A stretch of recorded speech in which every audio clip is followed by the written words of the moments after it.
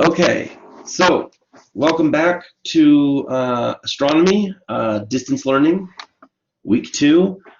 So a few things. I think we're going to lecture. We're going to take a break, but I think we'll lecture until. Hold on, let me do the hours. Till about 6:10, and then I'm going to make instructions for the activity. Because generally if we were in class, I would have you watch a video on the tides that I would explain, but I'm just going to have you watch that. And then I'm going to set a link, also send you a link to the lunar activity so you can try working on that for a little bit tonight and maybe a little bit after on your own. The activities will be imperfect. I still want you to write about the experience of doing them though. So the actual assignment is okay. Remember, even though you have instructions, I want to say this clearly because you always kind of astronomy after astronomy course seems to function with it. There's an activity with a set of questions. You should answer those questions while you do the activity to understand what you're doing, but you're not turning that in.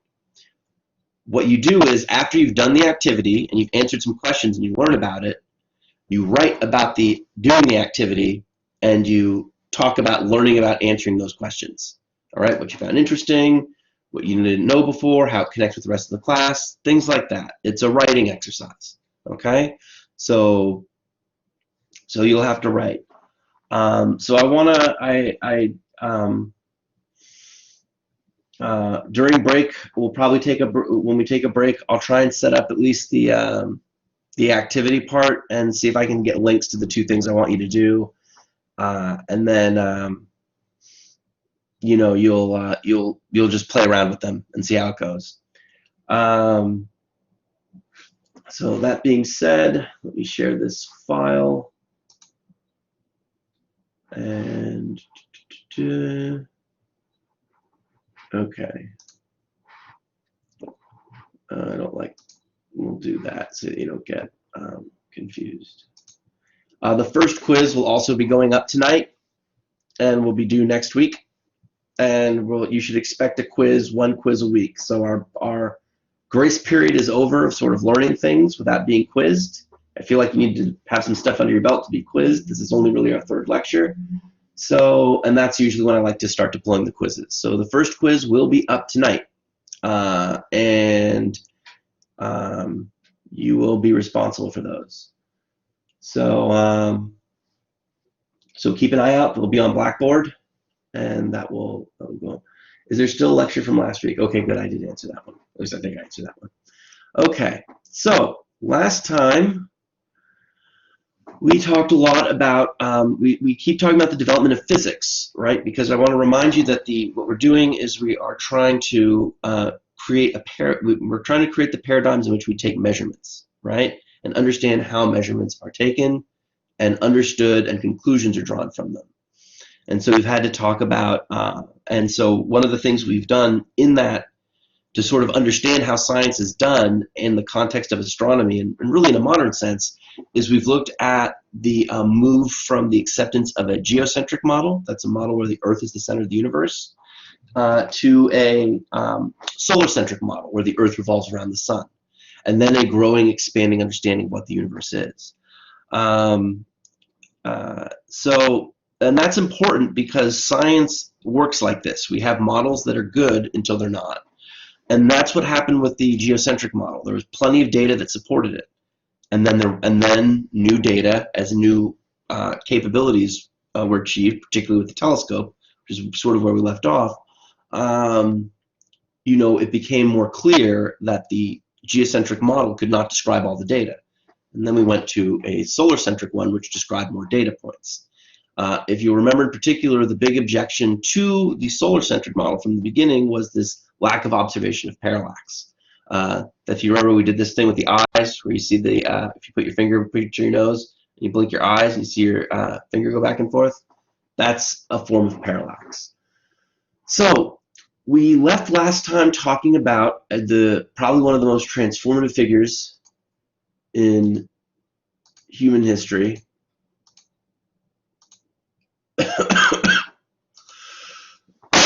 which was Isaac Newton. I'm going to get a cough drop here.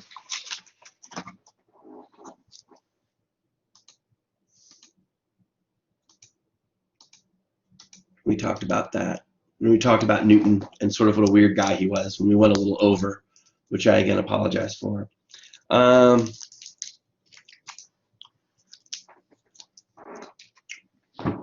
So,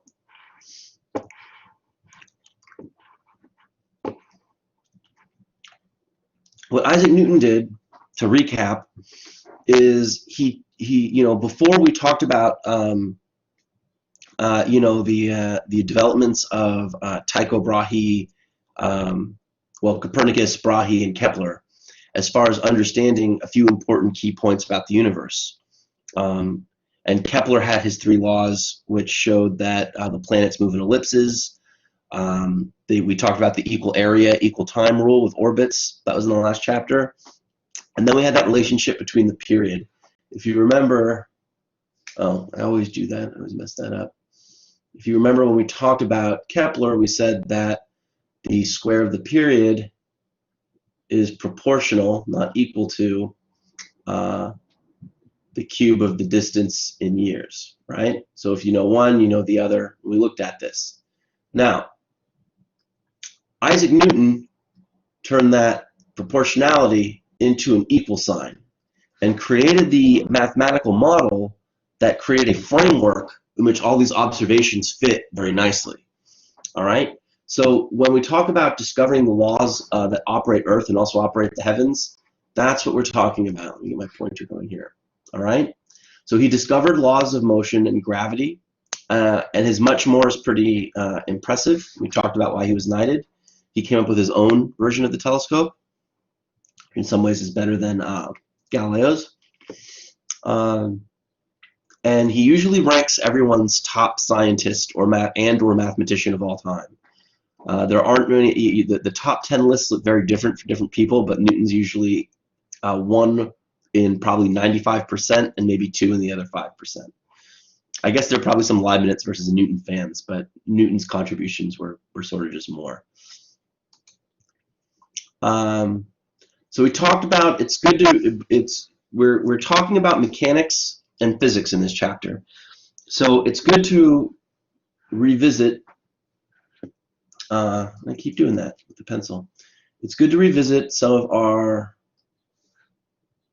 old ideas. You know, we talked about position, delta x, and displacement, velocity, and acceleration.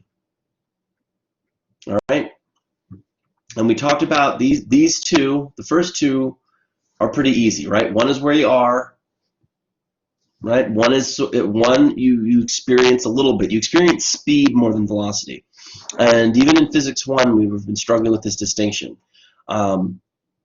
Displacement, velocity, and acceleration are vector quantities. This means they are described by a magnitude or a number and a direction.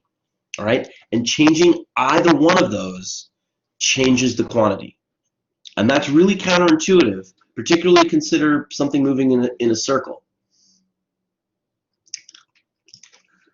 Right? If we move around in, let me draw a circle really quick. Oh, I know there's updates available. I'm still mad my computer froze. I'm just trying to hide it.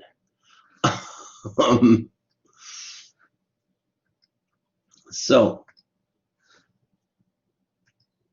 if we move around this circle at constant speed, right, the number of the speed won't change. It could be like 30 miles per hour.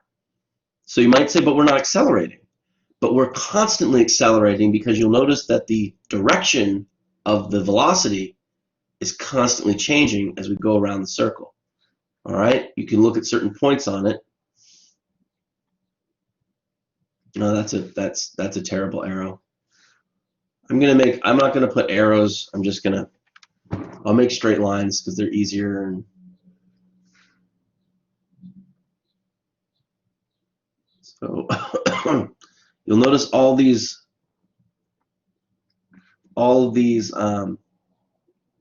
lines point in different directions, right?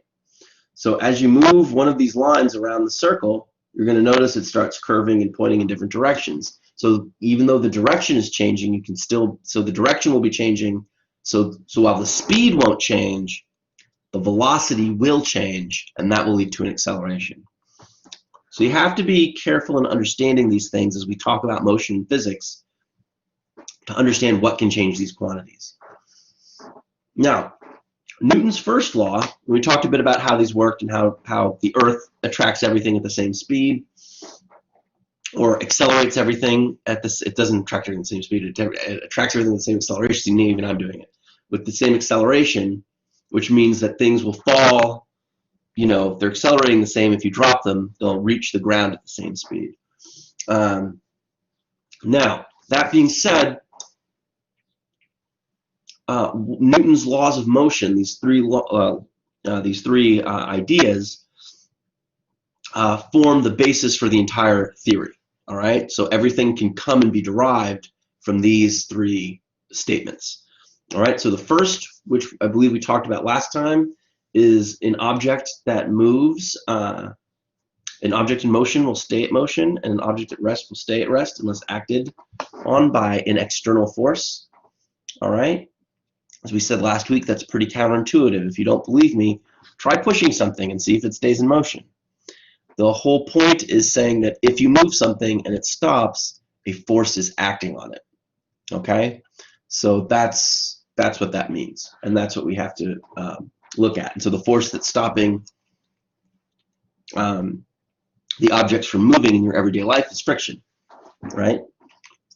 And we can treat it as a force and include it in analysis. But thankfully, we're not doing a lot of analysis here. We're just trying to get a sense of what these things do. Now, the second law, all right, is force equals mass times acceleration, more commonly written as F equals ma. All right, so this defines mathematically what a force is. There's all sorts of ways to write this equation. And in fact, if you take General Physics 1, it's a class all about this equation. The whole semester is unpacking the consequences of this equation and what you can derive and conclude from it. All right, so it's pretty interesting. It's a lot more subtle than just solving for one of the variables given the other two. There's a lot of interesting stuff going on here. So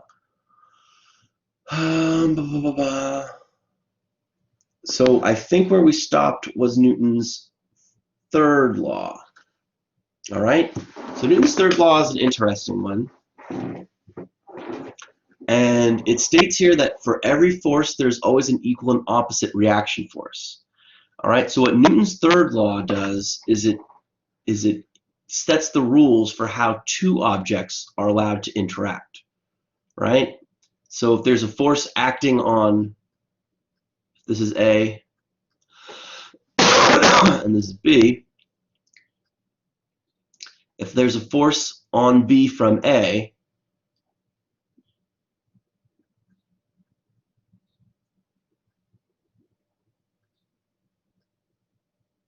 or no, that I did that wrong.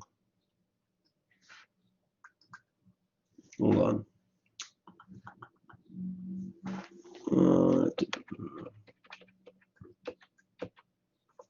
So we want to say, we'll make this big. This is F on B from A.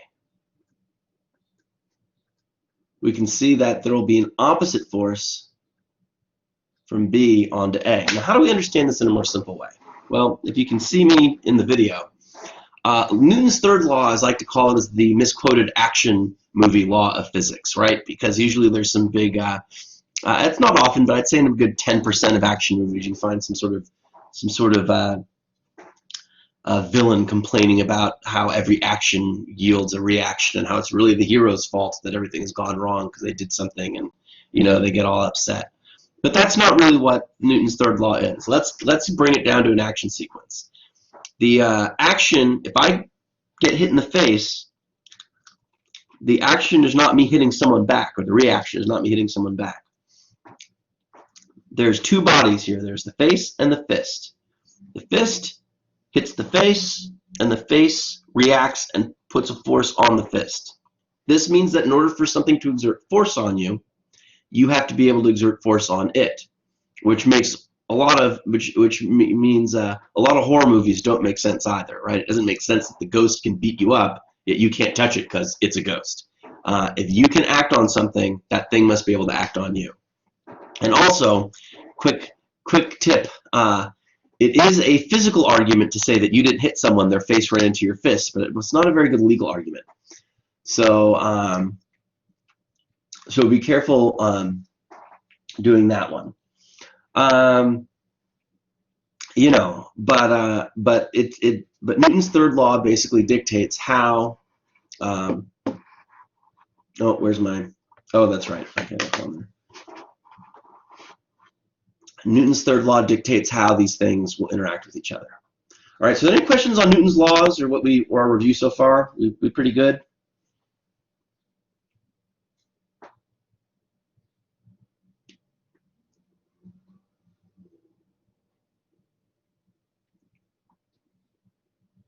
No?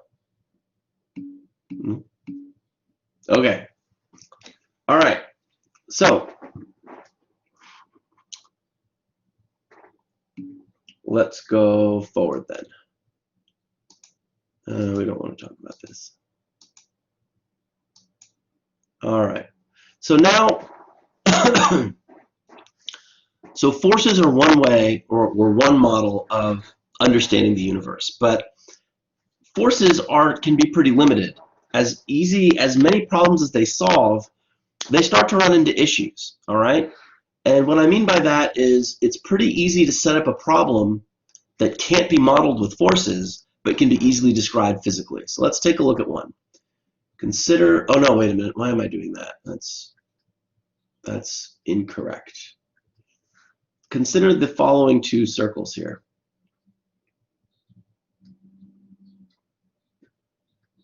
All right, I'm going to move these.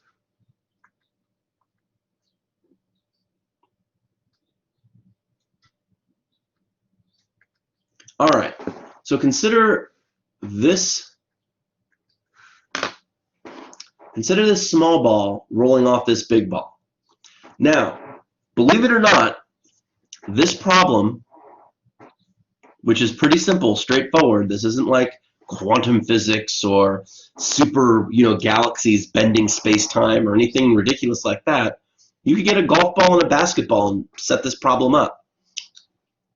And predicting where this ball, the little one, loses contact with the big one, okay, that problem you would not get to until you were a graduate student in physics.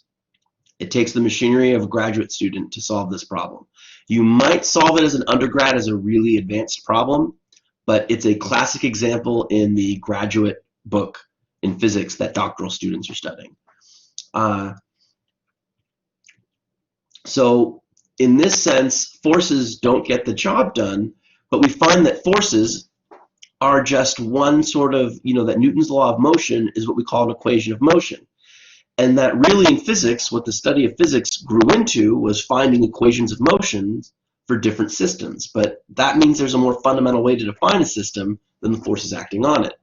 And that's where we get to a description of energy and momentum. All right, really more with energy, and then you derive the momentum. But the momentum builds from there. So the forces, related to momentum. All right, let's go back here to my pen. So forces related to momentum is equal to the change in momentum over the change in time. All right, so you can get that delta P equals delta P. P is always the symbol for momentum, is equal to, even in quantum mechanics, is equal to F delta T. So this will encapsulate that force part.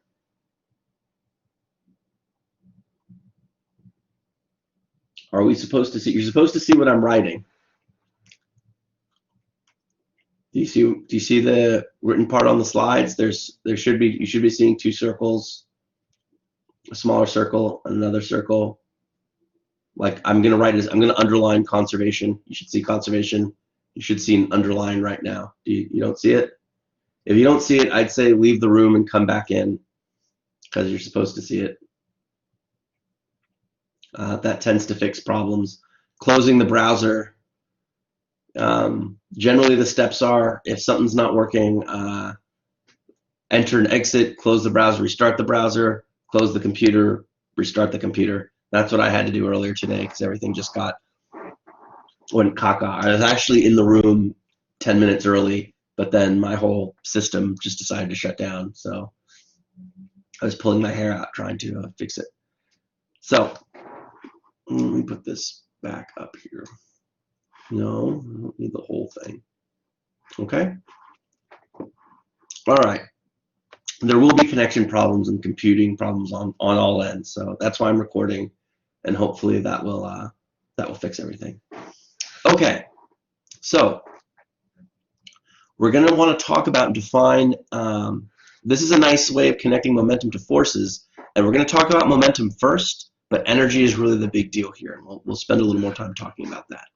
But what is a conservation law? I'm going to clear everything here first. So conservation laws work a little differently. Conservation laws say if you know something about the initial state of something, so if you look at a system, just a collection of stuff, and you know its initial momentum or its initial energy, that as long as the system remains closed and nothing external acts on the system, your final value equals your initial value. Now that may seem simple and redundant or tautologous, but there could be, if the system has many moving parts, there could be all sorts of different momentums in here and in here, and the individual elements of the total momentum or the total energy might change, but the whole thing will stay the same. If that's confusing, don't worry, it should be.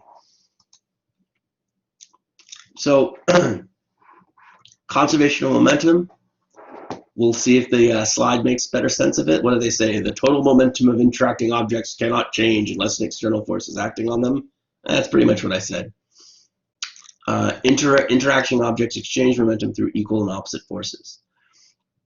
So basically where you see momentum applied in a way that makes sense is in collisions. But again, in order to really see that it's conserved, you have to do a lot of math. So you're just going to kind of have to believe me, which I don't like. But if you look up collisions, their momentum before and after, you can play around and see for yourself that it's conserved. There are systems that'll let you build that. And in fact, angular momentum, which as you can see here is equal to m times v, the speed times the radius, all right, is conserved as the Earth orbits the sun. So as we orbit, we looked at some of those orbital dynamics, right? If with the angular momentum being conserved, all right, we know that v is very fast here, right? So r must be very small. Let me show you what this looks like mathematically because it actually makes a little more sense. So at any 2 points, let's just pick some random points. All right, you have mv1 r1, and here you have mv2 r2. Now, what conservation says, essentially, to make it simple, is that mv1 r1 must be equal to mv2 r2. All right, basically what that means is when you multiply those three numbers together, at any point along the ellipse, you get the same number. So that angular momentum number doesn't change. But you'll notice that the v and the r do change. They're different for every value of the ellipse. All right, so one way to see this is that at one level is, say the angular momentum is 5. All right, so we'll make a bunch of 5s. So if we have m, we'll call m1 just to make it easier. So that means that if we have, that'll be L, that's the symbol for angular momentum. So you can understand how this works. there's a lot of ways to multiply numbers together to get 5, right? You can multiply 1 times 5, right? You can multiply 5 halves by 2, right? You can do 5 thirds times 3. You can do 5 fourths times 5, right? And then you can do 5 times 1 here. So as you can see, there's all sorts of ways to get 5. I don't know where all this scribble is coming from. I'm sorry for interrupting you. I can't hear you. Do you hear me now, Professor Tolan? Yeah. I'm with 2 other students. I'm gonna tell them to transfer over because we're in a different video and we were wondering. We thought that you was not gonna make it, but I'm gonna transfer them over to this one. Okay? You're transferring. Wait. So people are in a different room? Yeah. Why? I set this one up. It should be the only one available. You shouldn't start your own room. I have them all set up. The room from the one that was already up, we just went in and they let us in. So, but I'm gonna let them know right now. I'm gonna pause you. Okay? This is Katya Cologne. Okay, yeah, get everyone in here. I don't know why this is the only class this happens with. I don't understand. I've been here both days. So. Okay, I'll let them know right now. Okay. I don't know what's going on with the program because it's specifically not supposed to do this. But I don't know. Hopefully we'll get more people in. Anyway, let me delete some of these. I don't know what's with those scribbles. I was just looking at that before I was told about the issue with the room. I think we'll chalk it up to the computer being delayed, so I'll delete them.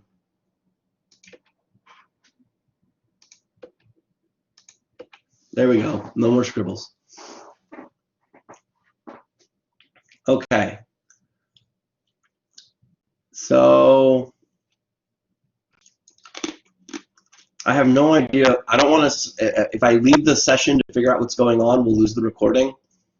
So I don't know what's going on with it. Okay, so a few more finding it. That's good. All right, so let's keep going. So again, as we can see here, right? At any 2 points, the value, the total angular momentum will be the same, but R and V can have different values as we go around. All right, so that's what, I hope that makes some sense of conservation of angular momentum. Does anyone have any questions on that or want clarification? Does that make sense?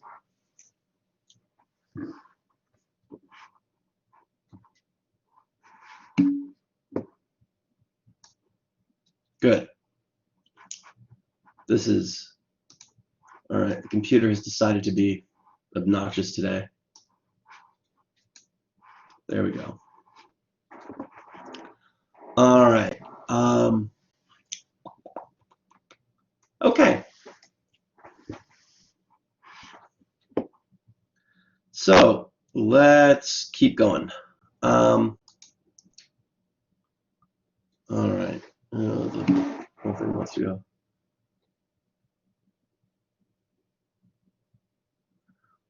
All right.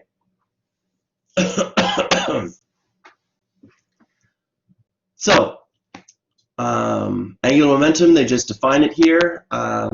Again, so here it's interesting. So because it's angular momentum, right, an object cannot,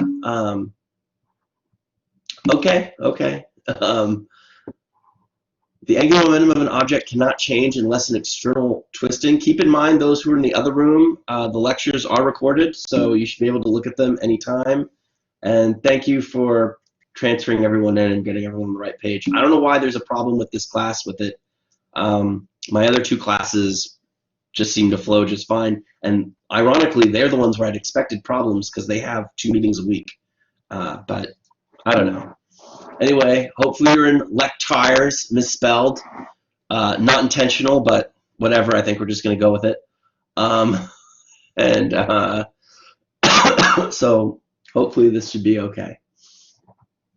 The angular momentum of an object can't change unless an external twisting force or torque is acting on it. Torque is kind of complicated, so we'll just sort of leave that be. It's not going to make a ton of sense for us, but just for those who quickly are wondering what in the world it is, if you have a wheel, right, fixed, and you add a force here, this force will make the wheel start to rotate. Okay, and that force acting at a distance is called a torque. Okay, so so we have that down, and we have and of course it says here Earth experiences no twisting force as it orbits the sun, so its rotation orbit will continue indefinitely. You know, you have to remember indefinitely is a strong word. It's better to say that it will continue in the foreseeable future on length scales that are long enough for us. The reality is that physics becomes unpredictable when there's more than two bodies interacting gravitationally. The equations are not solvable. And what that means is that they can become what we call chaotic. Have you ever heard of the butterfly effect? If you ever have, it's this idea that a butterfly flaps its wings in Australia, and that changes whether or not eventually a hurricane forms in the South Pacific or off the coast of Africa or something like that. So essentially, even our orbit around the sun, because we have the sun, moon, and Earth, is stable for this timelines of about 10 million years. But more than about 10 million years, we're not going to fall into the sun or anything drastic like that, but things become hard to predict after that with any certainty. So because the moon is so small, it's pretty good, but we do have other bodies that we get close to, and it's and the solar system is a large body problem. So, or many body problem. So there is a fundamental, there's sort of a surety here that doesn't really exist. So we want to keep that in mind as we go forward. You know, that because this makes it sound very, you know, sure. And there's the part of the fun of astronomy is that we're unsure and things keep changing. For instance, something that I taught in this class is that our closest galactic neighbor, Andromeda, was 2 to 3 times bigger than the Milky Way galaxy, and until about 5 weeks ago, that was the accepted position of astronomy in astronomy. But new data has shown that the mass of the Andromeda galaxy was overestimated. So, and that has interesting predictive changes for what happens when they eventually collide. But that is a May time digital lecture, so to get you excited about the class. So I think someone's mic is on. I can hear sounds coming through. So careful with those mics, otherwise it gets too crowded. Or well, I guess what I'm trying to say is turn it on if you have a question. Let me go back to the chat here. Okay. Wait, can I see if someone's mic is on? I hope that's not feedback from mine. Yeah, Katya, I think your mic is on. So careful with that. Or I guess I could mute it, but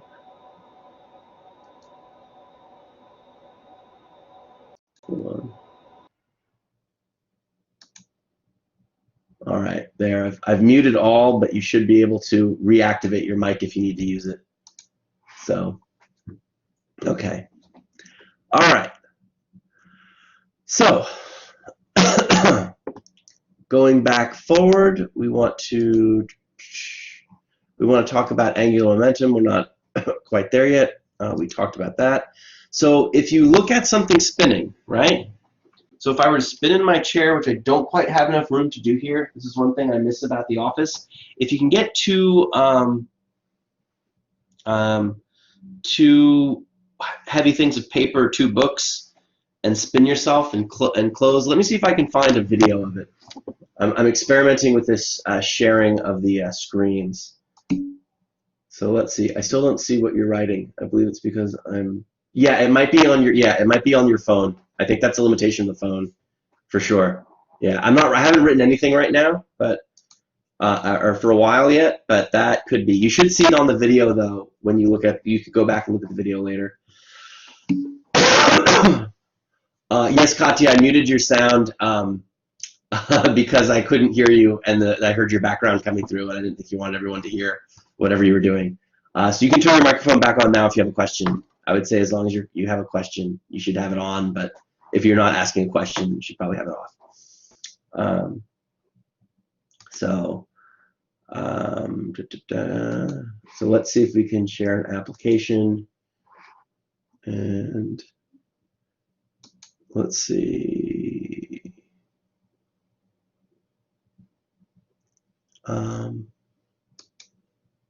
No, I don't want to share that. Okay, let's allow. Okay, it's just giving me the indicator.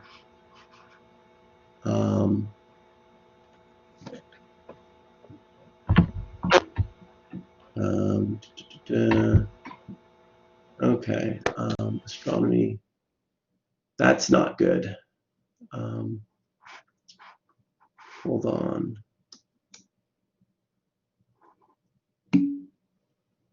Yeah, no, I know the taskbar is.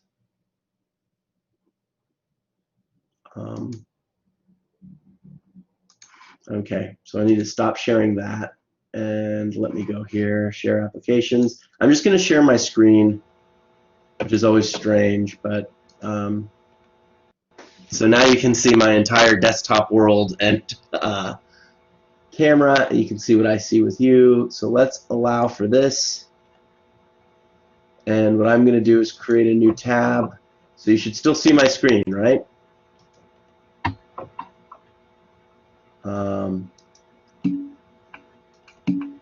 And let's go to YouTube.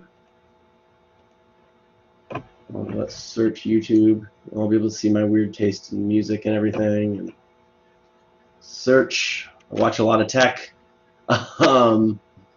Let's see here. Angular momentum conservation. All right, let's see what we can find here. All right, this is, I think, what I want to show. So let's see here. Good morning. Let's learn about conservation of angular momentum. But let's not hear what he's talking about, because I don't, we don't need to hear this. So we're not going to watch the whole thing. So they do this. So here's what I want you to see. This part here. All right. So I'll make this full screen. And you can see, now watch what happens as he puts the weights out and then brings them back in. He slows down, and then as he brings them back in, they don't show him bringing them back in, but if you bring them back in, he starts to speed up. So let's, I think they're going to show another thing here where we're going to see someone dive, and it's the same thing. You'll notice as the diver tucks, right, the the speed goes up. Now I want to show you angular momentum with the bike wheel.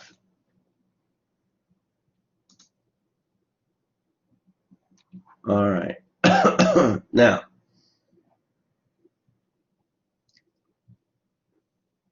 let's see. As we can see here, you can look that as the guy is standing still, and then as they change the wheel around, they start spinning. All right, this is the same effect. In one part, the wheel is spinning, or the guy's not spinning, and then as he turns the wheel around, he starts spinning. All right. It may look like magic, but it's not. All right, let's. It's enough of that. All right, so we'll stop sharing that. We'll go back to the files. Is anyone having an issue hearing me? Because I've been talking for a while.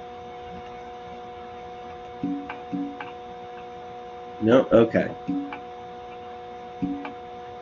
All right. So I don't know what's wrong with your system, Katya. I'd try and I try logging out and logging back in if you can. But again, the I know. Well, I guess you can't hear me. Keep in mind, lectures are video.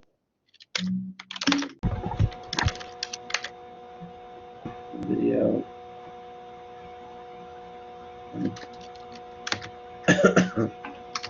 Try restarting your device.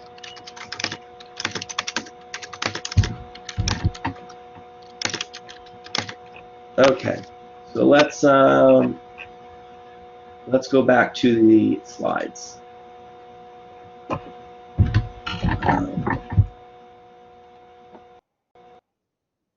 Okay.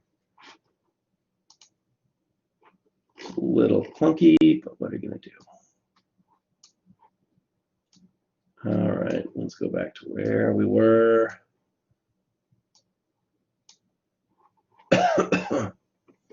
All right. So hopefully you all saw the movie and this part makes sense. Okay. With conservation of angular momentum. With the bike wheel, so what you have to understand about angular momentum is that, to sort of understand, is that if you're turning like the it's indicated here, your angular momentum is actually perpendicular and facing up. All right, I'm drawing now, so for those of you who can't see. So that's what's going on here. Now, in the bike wheel example, you have some angular momentum. Let's call it L equals 2 here, right? So that's your initial. Now, by picking up the bike wheel and turning it over, you basically pick it up, and to go down, your L final must still equals 2, but now you have, we'll call this little case L, this is equal to -2, and in order to get this, you have to have an angular momentum up of 4, right? Because 4 minus 2 is 2. So in order to keep everything, in order for momentum to be conserved, there now has seemingly this momentum coming from nowhere, and now because you have an excess momentum going up, you start to spin, and that explains the bike wheel. Again, don't worry if it's not crystal clear, but hopefully it makes a little bit of sense. All right. Now, now now we're going to move on to energy, which is a much broader perspective of looking at the universe. All right. So I hate the slides on energy though, because energy is one of those things that, you'll notice we define it here, but it's probably oh, good. It's probably one of those things that you read the slide and you're still not sure what energy is after you read it, right? Energy makes matter move. That's not particularly helpful. Energy is conserved, but it can transfer from one object to another and change in form. Okay, but what is it? That's a good question. And in order to answer it, I usually introduce energy, and the way it's commonly introduced is as a type of currency. What energy is it's a way of relating many different quantities to one another and relating them. All right. So in a sense, for instance, you can describe and in describing things energetically, it's similar to forces, but is there enough energy to transfer or to change something, right? So if you look at this remote control I have in my hand and this pen, I'm not going to break my writing pen. I'll use this pen. And this pen, right? Energetically, if we look at it with this force, I could ask the question, why doesn't the pen break through the remote control, right? Now with forces, I could say, well, not enough force is being applied, right? A certain amount of force is required to smash through the remote control, okay? You could say the same thing energetically. There's energy holding the remote together, and there's energy being transferred from the pen to the remote control. If enough energy is transferred, such that it's greater than the energy keeping the remote control together, the remote control will shatter. But the common way of looking at energy is like money. That's another thing that relates a lot of things, right? So an iPhone, for instance, is about $1,000, right? Fancy smartphone. A house is about, you can find a house or an apartment anywhere from, $180,000 if you go all the way up to someplace like Newburgh, to millions of dollars. So let's say a $500,000 house somewhere upstate. Okay, so the dollars makes these things, phones and houses, be equated in a way in which they have value. So in that sense, if a house is $500,000, it's equal to 500 iPhones. You could trade 500 iPhones for the house, right? That's a way of looking at it. Now, energy and money, it does break down the analogy because money changes, relative value changes and fluctuates. If you follow economic news at all this week, you've seen that the stock market is very volatile, wealth has been evaporated, things like that have happened. But energy is not volatile. Energy, because it's physical, a joule is a joule is a joule, and our unit of energy is the joule. You're probably more familiar with power, which is the wattage. So a watt is 1 joule per second. So if your computer uses 1,000 watts, which is a lot for a computer, that would be 1,000 joules per second.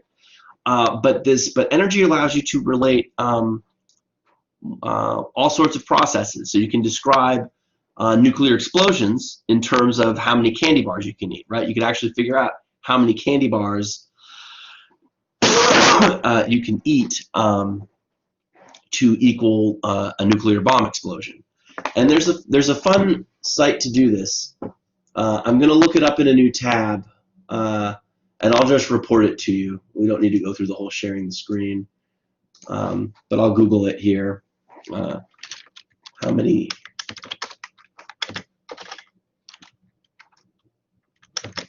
joules are in a hamburger?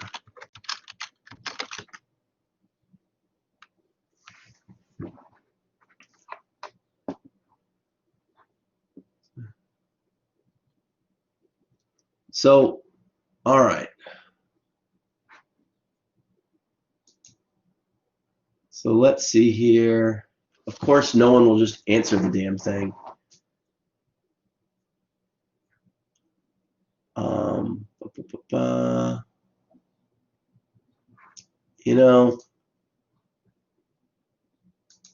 Energy units, chemistry land. All right.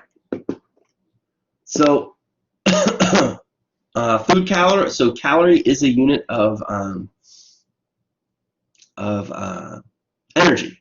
All right. So a hamburger that's said to be 1,000 calories. There are 2 types of calories. There's food calories, which are kilocalories. So they'd say that it's actually calories, right? Because we often drop the K. So it's converting here to hamburgers, but let's see. Let's just convert 1,000,000 calories to joules. Because this is, I dislike when the internet just can't give you a straight answer on anything. 1,000,000 calories to joules.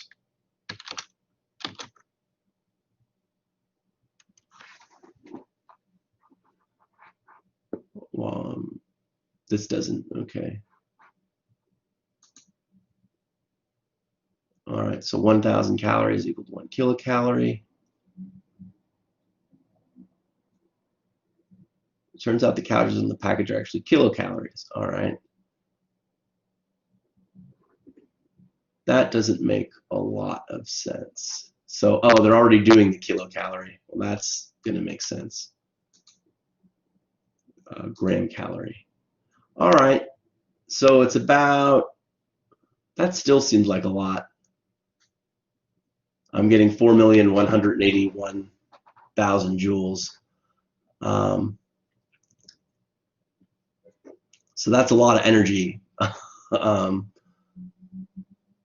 Kilocalories to joules, Kyle's converter. So it's a lot. It's a lot of joules of of energy. And I'm not going to get lost in this anymore because the numbers are, I thought it would be a fun thing, but when you get millions of joules, you know, that runs a lot. So I guess it takes a lot of energy to run a human body. I guess that's not surprising, but it's a pretty inefficient use of energy.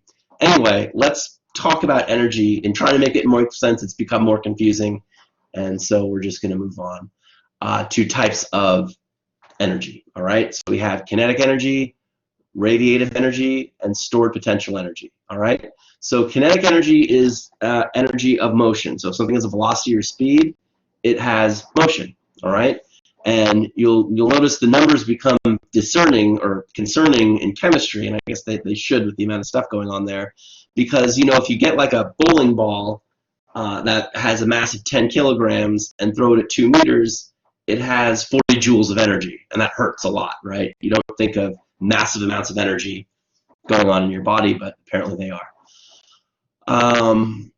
Radiative energy comes from light. So as light transfers to matter, all right, you have this radiative light, which the process of photosynthesis is important. And you have stored energy or chemical energy. And chemistry, as we saw, can store a tremendous amount of energy, and the energy stored in atoms can store even more.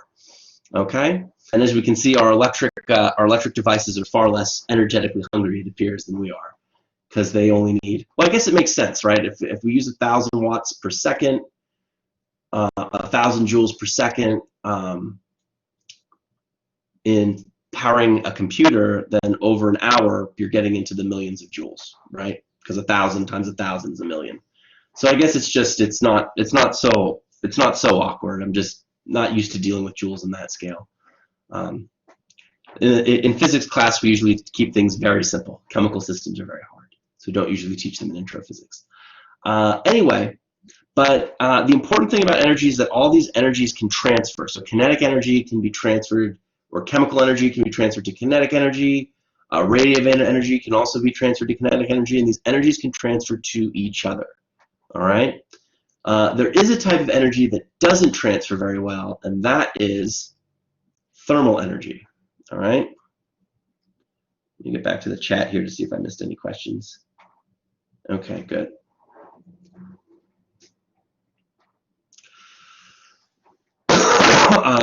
So while you can transfer all of those other types of energy to thermal energy, you can't really transfer thermal energy to the other types of energy. Thermal energy is considered a one-way street. It gets lost.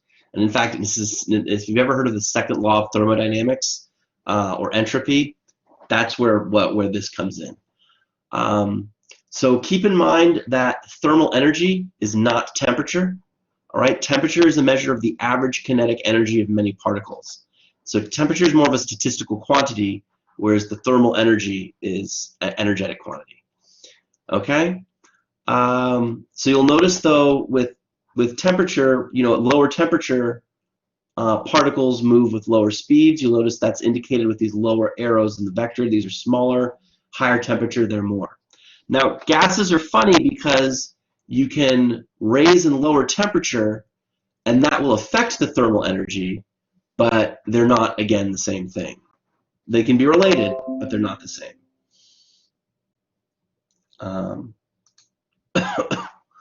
So we do want to understand things in temperature because we use it all the time. So the Fahrenheit scale is the scale we use in the United States, and it's based off an old 19th century scientists trying to create the coldest they could create in the laboratory. So that was thought that the coldest they could create would be the coldest you could have. In some ways it doesn't make sense because as we understand gases more, elevations in laboratories will create different temperatures where the same effects happen. Celsius sort of recognized this, and it based itself on water, where 0 degrees is the temperature at which water freezes, 100 degrees is the temperature at water boils. This is better because it is based on physical things happening, right? Now, those do change at different elevations as well, so we can often say that 0 degrees is defined at sea level where water freezes, and that lets us be a little bit more rigorous on our scale. But once we discovered the nature of molecules and gases, and temperature was defined in terms of molecular motion, The Kelvin scale was invented to create a temperature 0 Kelvin as defined as where all molecular motion stops and ceases. Now, quantum physics doesn't actually allow us to get to 0 Kelvin for reasons we'll understand later in the semester, but this is, as you can see, that temperature becomes, the scale becomes more rigorous and linked to physical phenomenon the more we understand. All right? So let's go through and talk about some more. So thermal energy is a measure of the total kinetic energy of all the particles and is therefore depends on both temperature and density. So you need the temperature and the density of the particles. All right. You can see here that in a hot oven, that's low density. You can have a high temperature and a low temperature, but still have the same thermal energy because there are far fewer particles here than particles here, even though they have different temperatures. Okay, but these two systems, I think, are meant to have the same thermal energy. Oh, it says that it has more thermal energy because it's much higher density. The point here is that you can have a lower temperature but higher thermal density, or higher thermal temperature. Okay? So energy can be stored chemically. It can also be stored gravitationally, right? If you lift something up and you let it fall, that energy is being transferred from gravitational potential energy to kinetic energy, right? And then there it's able to rest. So you can store energy gravitationally. You can store it mechanically in springs. I don't know if they're going to talk about that one. And elastically. Gravitational potential energy, we'll see will lead to us understanding the shapes of solar systems and galaxies. All right. So in cloud systems like this, there's a lot of stored gravitational energy, but very low thermal energy. And that as that gravitational energy is turned into thermal energy, these gas clouds collapse into disks. We'll see this is a pattern that happens over and over again in astronomy. We can have energy, as I said, stored chemically, but energy can also be stored in mass or in atomically. All right, and this is Einstein's famous equation, E equals mc squared, and a small amount of mass can release a great deal of energy. So let's take, for example, let's accept that one burger equals 4 times 10 to the 6th joules. Seems like a lot, but there it is. It's chemical, so a lot more energy is available to it. Okay? So with that being said, let's say that burger weighs, they say it's a 1/4 pounder, so that's 1/8 of a kilogram. So that's, I think 1 divided by, I'm going to check on my fancy calculator. Someone tell me what 1 divided by 8 is. I think it's 0.116, but I'm not sure. Or 16. 125? Good. Okay. So let's take that same burger, 0.125. All right. So that's its mass in that's its mass in kilograms, right? It's 0.125 kilograms. And we'll multiply that by the speed of light squared, so times 9 times 10 to the 16. So the speed of light is 3.0 times 10 to the 8th meters per second. So you'll see here, if we multiply that, that's about 12, so about 11. Or 1.1 times 10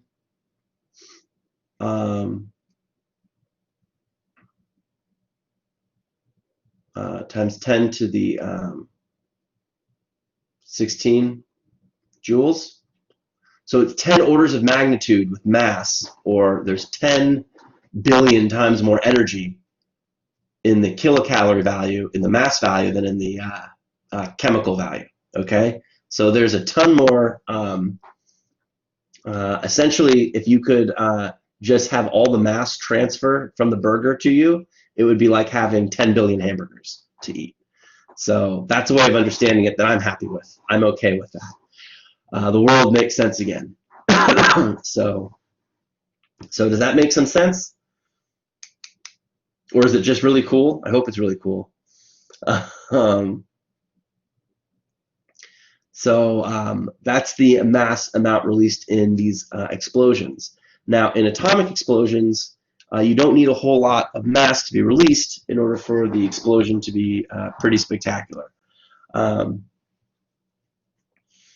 So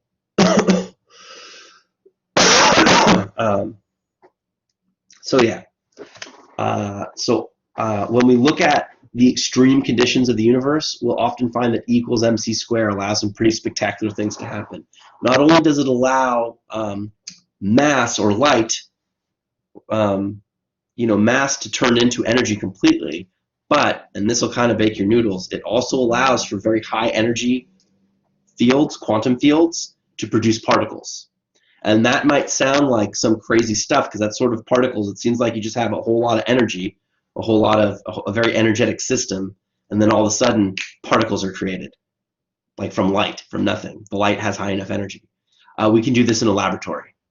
It's an expensive laboratory. You need like an $18 billion thing like CERN, but this happens in particle accelerators frequently. So it's very much, if you think it's not a real thing, it's a real thing. And we can do it in the lab. We can't do it in a lab at LaGuardia, well, because we can't go in, but laboratories can do this. So we will often hear energy. We'll often talk about things in terms of energy, mainly because we'll be talking about electromagnetic radiation a lot. So we understand that in terms of we understand it in terms of its energy spectrum and its frequency, which relates directly to its energy more than its force. So we're going to be talking a lot more about energy than forces. But forces will play a role when we talk about gravity. We'll be talking about forces and interesting things like that. And we can see the effects of forces readily on the planet Earth astronomically. We'll watch a video about that a little bit later. Or I'll assign a video. I'll link to the simulation and to a video to watch in the assignment. So much like momentum, I know we're for those of you who are late, to keep in mind, I know we're going a little long before break. We will start our break soon, but I want to keep in mind that we're going to take sort of one 20-minute break, probably in 10 minutes, and then we'll wrap up around 6 to give you time to play with the simulations and watch the video on tides and do some work there. And you can work with each other, form your own Blackboard, collaborate rooms, go on Zoom, or do whatever you want. But I'll let you guys work on that, and I'll be available via Skype if you have questions. Or I'll probably stay in the room but stop recording. I'll probably just stay in this Blackboard chat room, and you guys can do what you want, and I'll be around to answer those questions till class ends. But you'll be working offline on your own or out of the room. So let's get through what we need to get through before we go on break. Energy, we're almost there though. So conservation of energy. So energy is a conserved quantity. So again, that means if you start with some initial amount, that means that as long as everything stays internal, there's nothing external acting on whatever it is you're acting on, you have the total amount of energy equals the initial amount of energy. Now, it's hard to draw the external to give you an idea of what I mean by external, but if you have a system of particles interacting, right? Say all these particles are interacting. If you apply a force from the outside, you're adding energy to the system, and energy is not conserved anymore because you're adding energy, right? The idea is if there are no external forces or external sources of energy, or losses of energy for that matter, right? Then the energy, no matter how these interact or move, with different energies being stored chemically, with mass, radiatively, or any which way, or mechanically, the energy, the total energy of the system will remain unchanged. Okay. Let me delete that. It's weird. Okay. So let us go on. I just want to talk about the force of gravity briefly. I think at 4:55, well, 25. I think at 4:45 we'll go on our break. So let's start the force of gravity, and then we'll go on a break at 4:45. That makes sense. All right. So we're gonna talk about gravity again because we've talked about energy and forces, but now we need to continue the story of how this force of gravity, right? How it just extended and explained Kepler's laws, and how gravity and energy together allow us to understand orbits. All right. And then we're going to watch a video on how gravity causes tides that I'm going to assign you because the explanation in your book is wrong. And it's a really interesting video. So what I'm going to do is I'm going to have you on your activity. I'm going to ask you to explain why oceans have tides but bathtubs don't. We'll have to watch the video to get the answer to that question. So that'll be an appended question to your discussion, to your activity. All right. So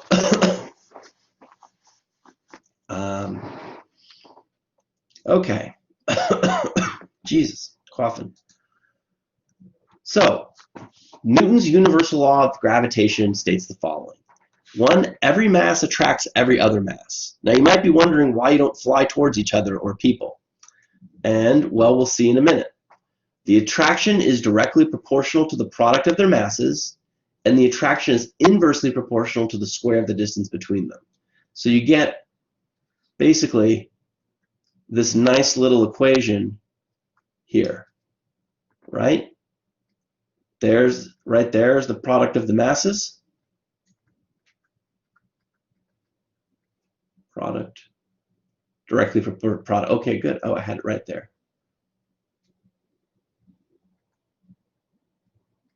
And here, this is the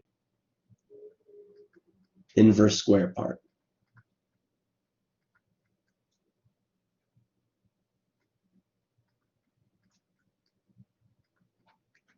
But you might be, we sort of left out an important point here. I'm going to clear this. Why don't we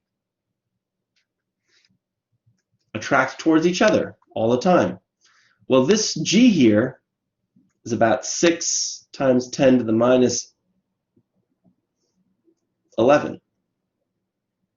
So the forces between us on Earth are about 10 to the minus 9th or 10 to the minus 6th newtons. They're in the micronewtons, right?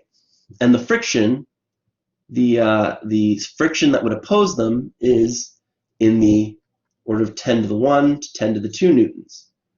So the friction is 7 orders of magnitude to 8 orders of magnitude higher.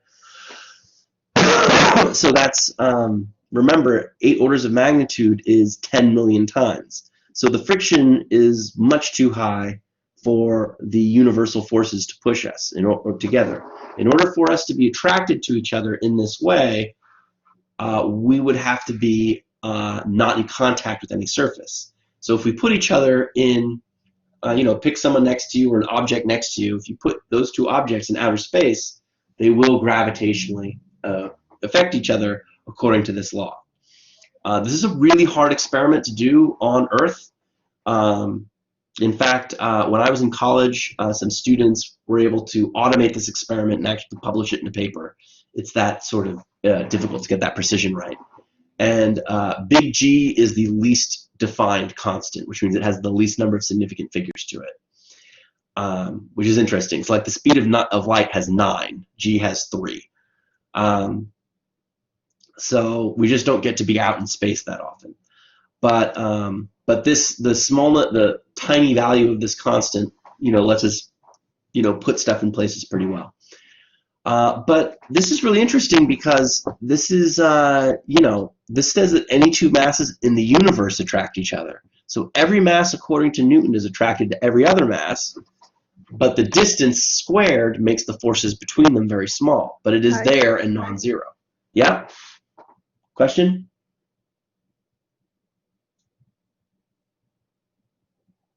I heard a voice. Let me go back to the chat. Oh, I'm in the chat. Oh, okay. Well, no questions? Okay. So in this sense, things are connected to each other, but the value at which they're connected to each other is very small. And again, keep in mind these are Newton's laws, so they're limited in the scope of their explanatory scope, and we talked about that last time. So if you're thinking about things like the speed of light and instantaneous versus information propagating, Newton's laws don't take those more sophisticated ideas into account. But these laws do work at our local scale, all right? So in the scale of our solar system, they're pretty good. How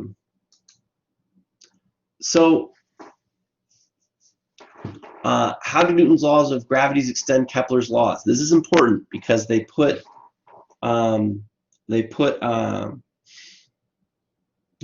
structure to Kepler's laws. So Kepler's first two laws apply to all orbiting objects, not just planets, and ellipses are not the only path. So Newton's laws predicts the conditions for all sorts of orbits, bound and unbound, or parabolic and hyperbolic orbits. So Newton's laws don't describe just planets, but virtually anything we see, an unbound parabolic orbit or a hyperbolic orbit that emanates from outside the solar system. Okay? So Newton was able to come up with trajectories that explained what Kepler had and more. Keep thinking what that button's going to push. All right?